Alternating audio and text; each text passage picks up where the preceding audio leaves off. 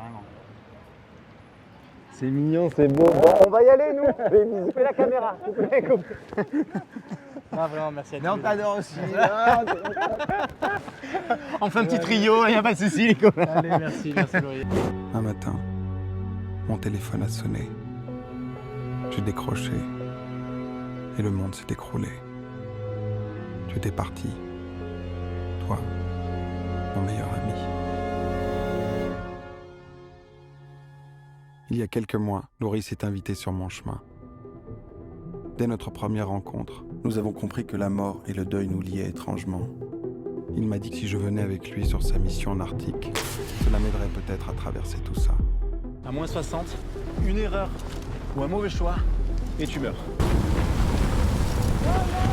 Déjà, il y a une question que j'aime bien poser à mes invités. Moi, j'ai 23 ans. Est-ce que vous vous souvenez de ce que vous faisiez à 23 ans, vous? Moi, je me souviens bien ce que je faisais à 23 ans. Je montais les marches de Cannes pour L'Enfant, un film des frères Dardenne avec qui j'ai travaillé 5 fois. On a eu la Palme d'Or. Et au même moment, j'attendais mon premier petit garçon. Ah, waouh, déjà. Ouais. Ah ouais, t'étais jeune, terrible. Oula, moi, à 23 ans, c'est terrible. Je pense que je venais à peine de sortir de détention. On n'a pas la même life. On n'a pas du tout la même life. Ouais, j'avais toujours pas quitté la France et c'était des années très dures pour moi. C'était très sombre. Je travaillais pas, je crois. Pas la même ambiance, ouais. Et vous direz, c'est quoi, du coup, la meilleure décision que vous ayez prise de toute votre vie? La meilleure décision que j'ai prise de ma vie. Parfois, il y a des moments importants, des moments de transition, des petites décisions comme ça, mais qui peuvent tout changer, quoi. Moi, comme c'est dur. Moi, si je dois rappeler, je pense à mes enfants. Justement, j'étais très jeune pour mon premier fils. On se connaissait depuis un mois ou deux avec sa maman. Et on n'était pas du tout prêts à être père. De mon côté, j'avais très envie. Et en fait, on s'est donné quelques heures. Je suis parti marcher. Elle est partie marcher dans son. Et en revenant, j'ai vraiment je me suis dit, je suis prêt. Je suis prêt à être père. En tout cas, je suis prêt à accepter le choix qu'elle va faire, de le garder ou de ne pas le garder. Et voilà. Et ça a changé ma life. Bah oui, tu m'étonnes.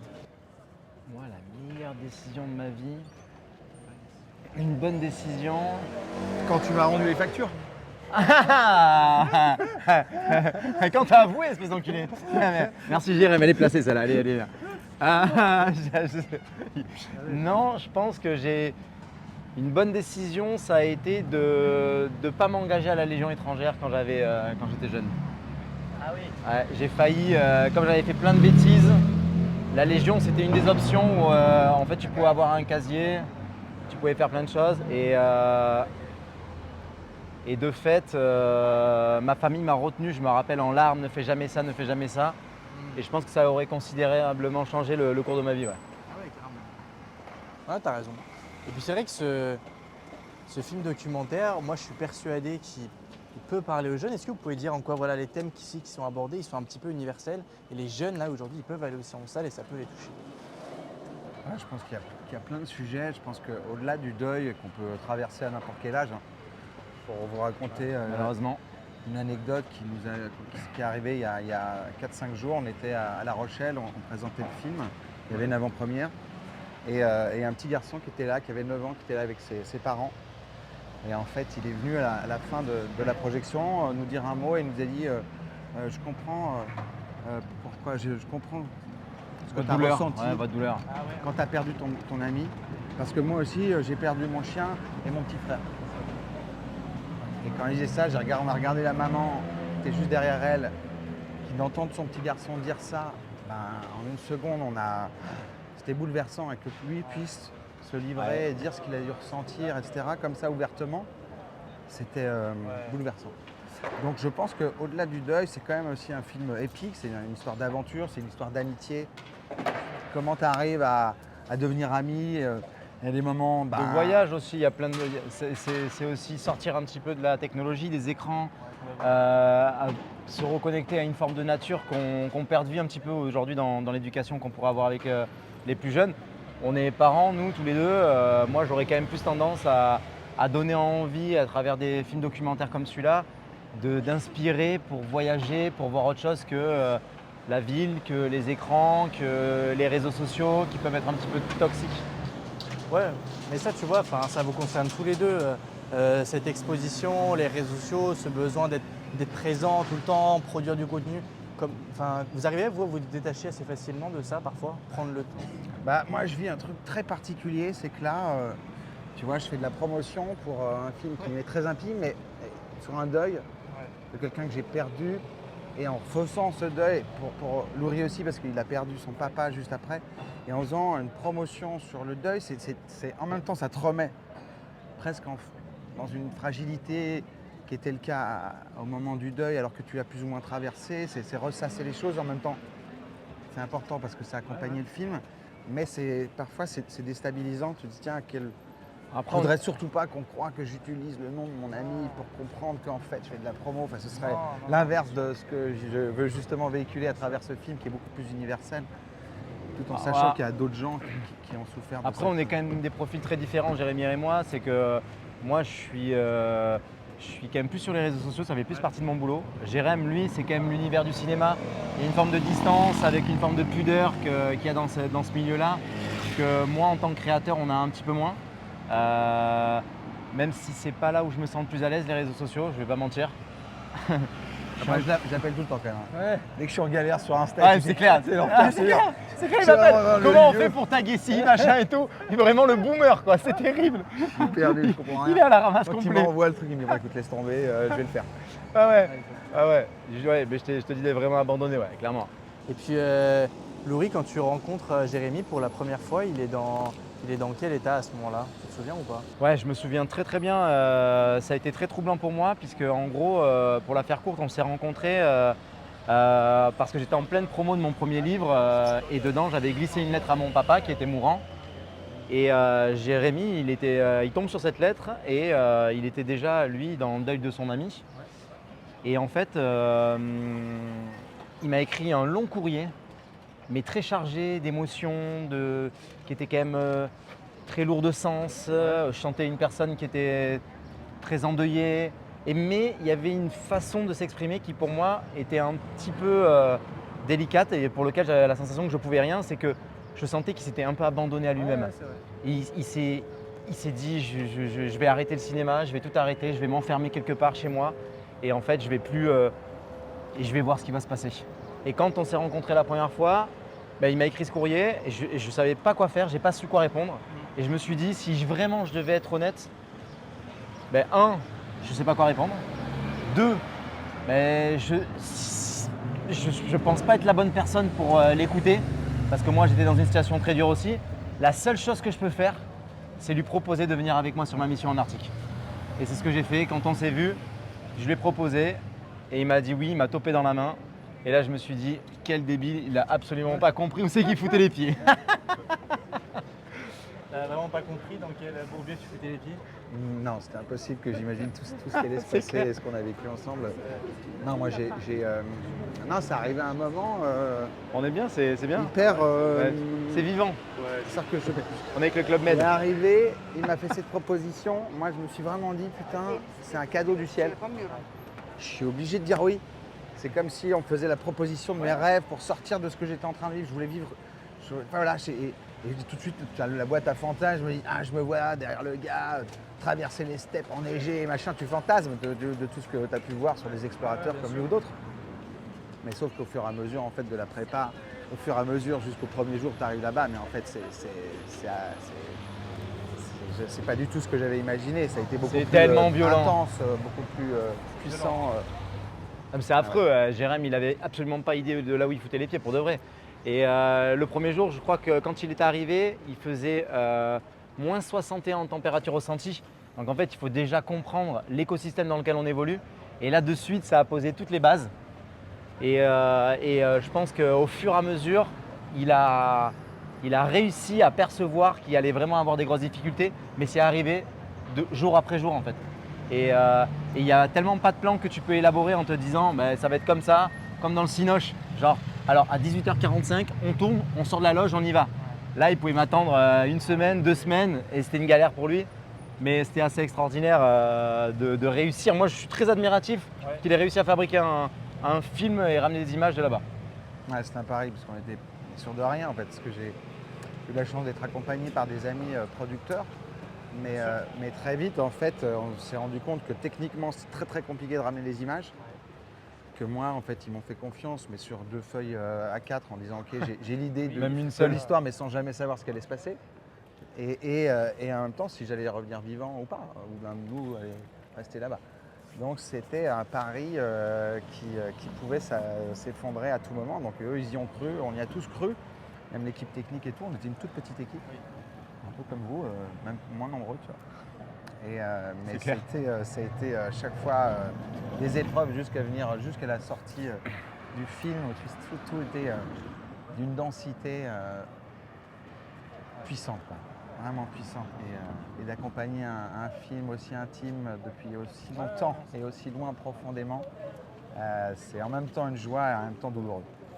Et qu'est-ce que ça apporte les températures froides au corps et puis en tant qu'humain aussi? Est-ce que ça je sais pas, Ça a des vertus. Ouais. Tu perds du poids. Ah bon? En 15 jours, j'ai perdu 10 kilos. C'est Le froid, en fait, la problématique sur le corps, c'est que ça met le corps en consommation d'énergie 100% de son temps. Tu dors, tu consommes, tu manges, tu consommes, tu digères, tu consommes, tu montes le camp, tu consommes, tu progresses, tu consommes. Pour donner un ordre d'idée, dans la vie de tous les jours, une personne normale, elle mange entre 1500 et 2500 calories. D'accord? En expé polaire, on mange entre 8 et 10 000 calories par jour. Donc tu passes ta vie en fait. Que Tu fais que bouffer, on que était là tous les bouffer, que deux, bouffer, toutes et les même, heures, tu même en bouffes mangeant, des tu perds du prods, poids. Donc, voilà, si tu veux perdre du poids, bah, tu pars en tu fais un petit régime, ouais, c'est. Moi je vais prendre de la masse. Tu m'as pas l'air épais, toi. prendre de la masse. Ouais. Bah alors ça c'est un autre Ça, projet. T'as ton coach. Si tu veux, je te prête mon coach. Quand tu viens à Biarritz, on en parle. Je te fais un petit programme si tu veux. Et pour la tête, est-ce que ça apporte quelque chose? Si, peut-être le fait d'être conditionné dans un Ouais, endroit complètement. hyper dangereux où tu sais que en fait chaque pas, chaque erreur est fatale. Et donc du coup tu es sur une forme sur le qui-vive. Mais surtout c'est le côté en fait, tu vois, on était avec Laurie, il était devant moi. Première fois que on part en Arctique sur cette calotte qui est à l'infini sur du blanc, sur des kilomètres et des kilomètres. Tu arrives là, tu trouves ça magnifique, beau, puissant, la force de la nature. C'est magique. Et très vite, en fait, on se suit et très vite, tu te rends compte des difficultés, en fait, de l'épuisement physique. Parce que tu répètes le même mouvement en permanence pendant des heures, des jours et des jours. Et en fait, du coup, il y a la seule possibilité de faire passer le temps, c'est de penser. Donc en fait, tu commences à penser à ton pote, tu commences à penser à ta mère, à ce qui s'est passé, aux embrouilles, aux gens qui sont perdus, partis.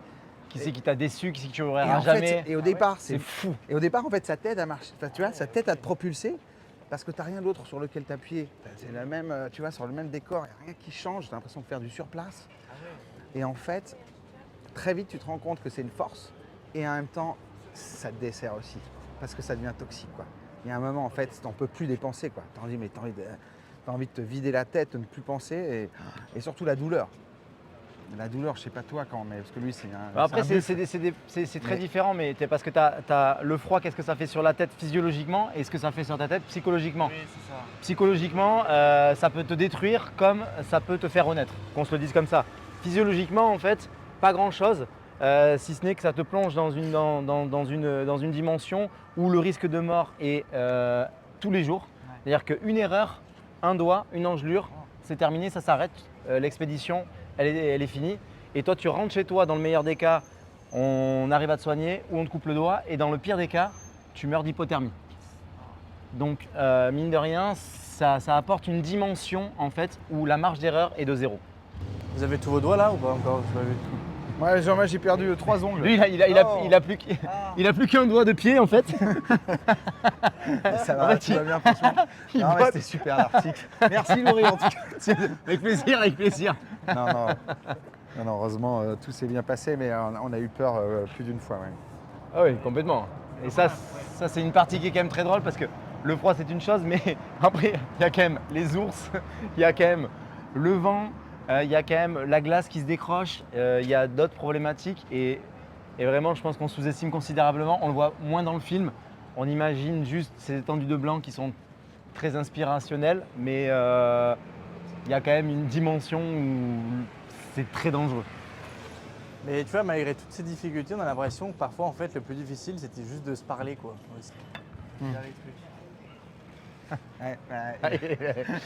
Après, moi, je suis pas très fort pour parler. Je sais pas si t'as Ah, bien si, regardé de comme dos. ça, t'as vu, si, il parle Là, de là, là, c'est il parle bien, génial. tu vois. Ah, là, c'est Mais super. quand il doit parler de, tu vois, de ce qui se passe à l'intérieur, ses émotions. Non, on peut faire 3000 km si tu veux, mais c'est bien si on parle pas.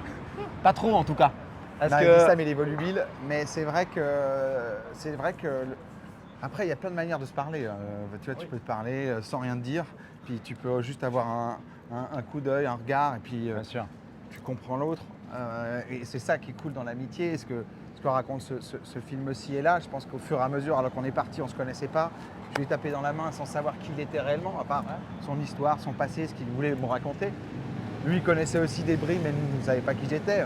Un acteur, ainsi de suite. Mais Enfin, Et acteur en fait- raté. acteur raté. Ça, c'est quand même ça, je le savais déjà avant de partir.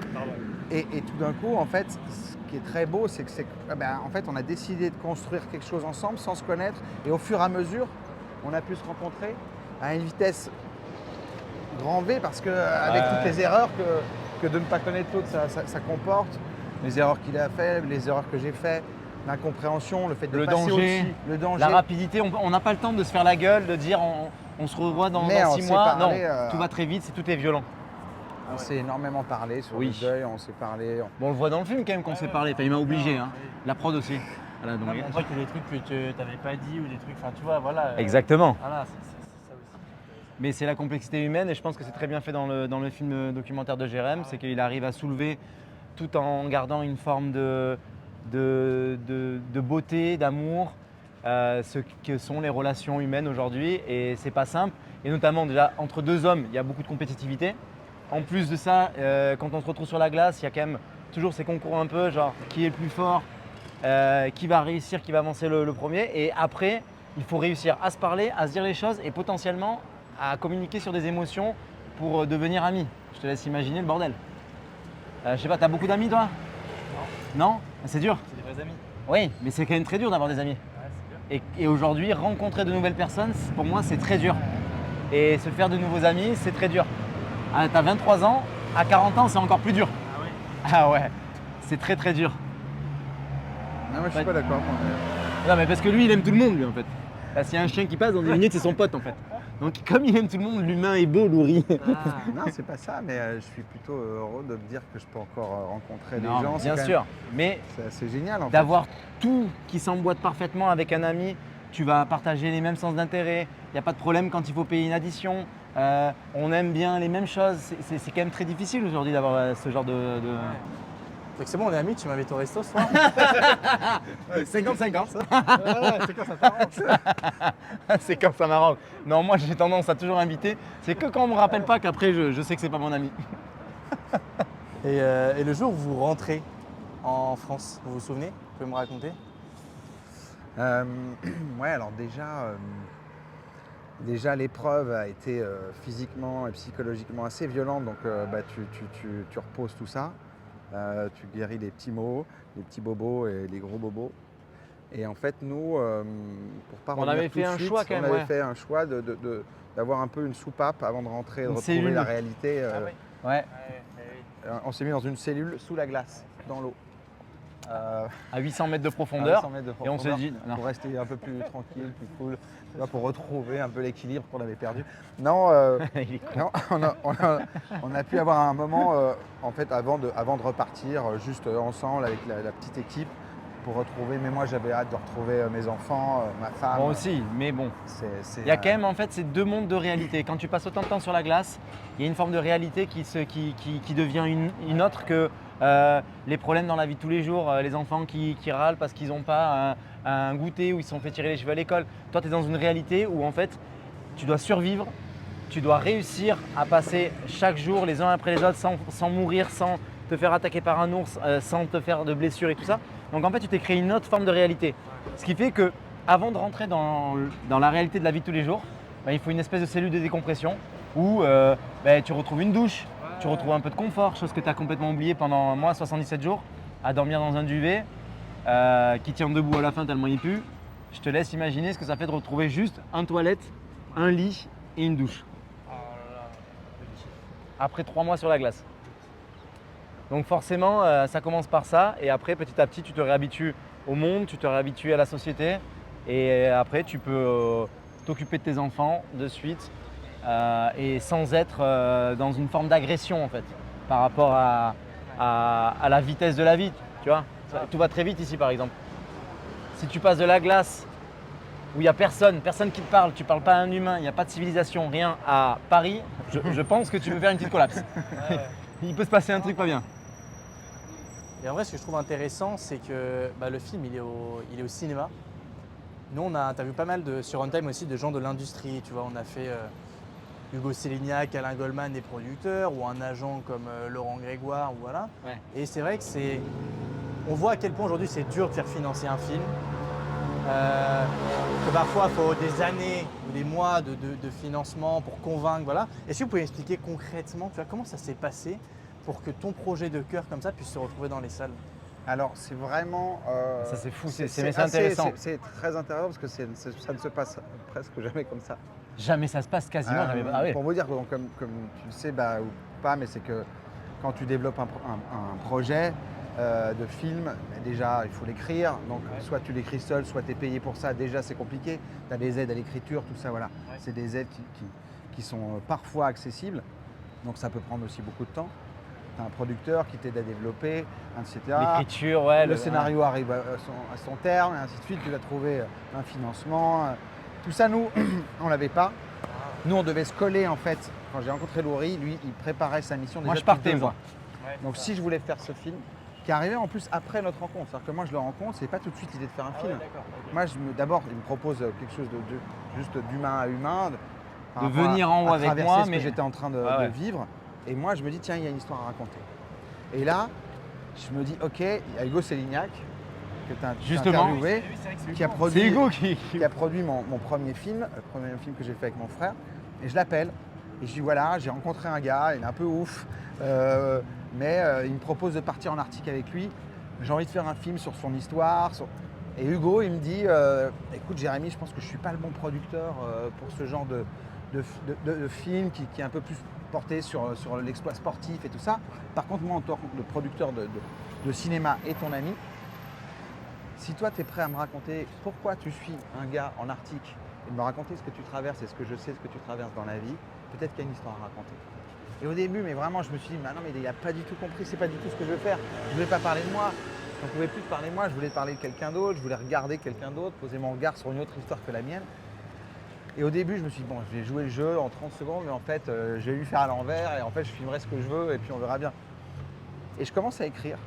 Et en fait, je commence à écrire la trame de ce que je ressens, de ce qui se passe en moi. Et c'est cathartique et ça me fait un bien fou. Et je me dis, putain, en fait, c'est en train de me libérer déjà un petit peu quelque chose. Et je dis, ok. Et donc, j'en parle à Laurie. Je lui dis, mais t'es d'accord, toi, par rapport à si c'est centré un peu plus sur mon histoire? Il me dit, ouais, mais je trouve ça super. Donc, je lui dis, ok.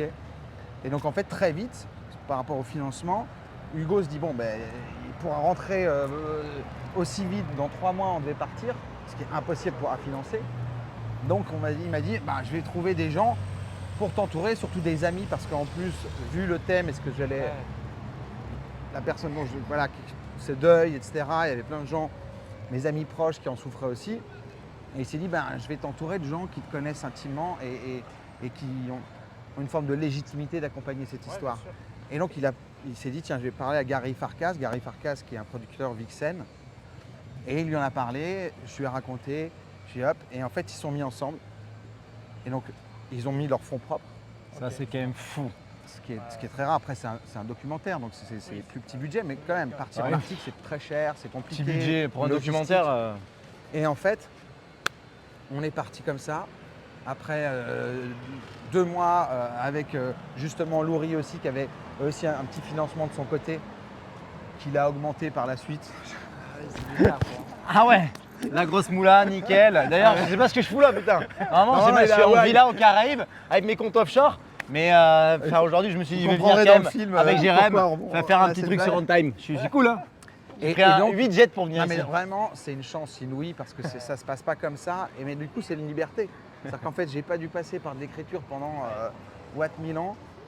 J'avais 2 feuilles à 4. Mais c'était L'énergie, autant extraordinaire que c'était une pression. Ouais. Parce que du coup, en fait, finalement, tu te retrouves avec tes potes qui te disent, alors moi, j'étais pas dans sa situation, mais qui te disent, ok mec, tu sais quoi, on te finance par, on sait pas comment ça va se passer. Mais lui, quand il était sur la glace, mais il était en transpi en mode, il faut que je ramène un film.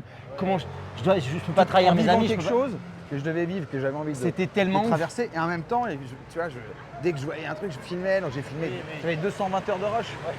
Et le film fait 1h15, tu vois. Donc j'ai énormément filmé, j'ai rencontré des scientifiques, j'ai fait plein de choses. Qui ne sont pas. 1 an et demi de montage. Ah ouais. Et toi, tu étais Ouais. dessus, quoi. Avec Bruno Ouais, Trac, il qui a m'a vraiment suivi le accompagné. process de A à Z. Ah ouais. C'est vraiment son œuvre, il a fabriqué. Mais donc c'est un vrai pari en termes de production, de logistique à tout niveau, parce qu'on n'était pas sûr alors qu'ils ont financé quelque chose où c'était pas sûr qu'ils allaient avoir un film à l'arrivée, quoi. Et pour finir, si vous deviez dire quelque chose de sincère à l'autre, vous diriez quoi? Ouais, alors, moi, je dirais.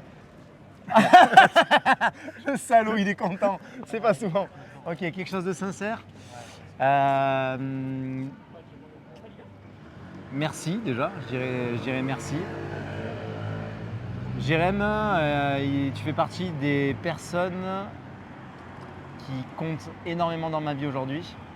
Et Dieu sait que c'est difficile de réussir à rentrer dans mon cercle privé.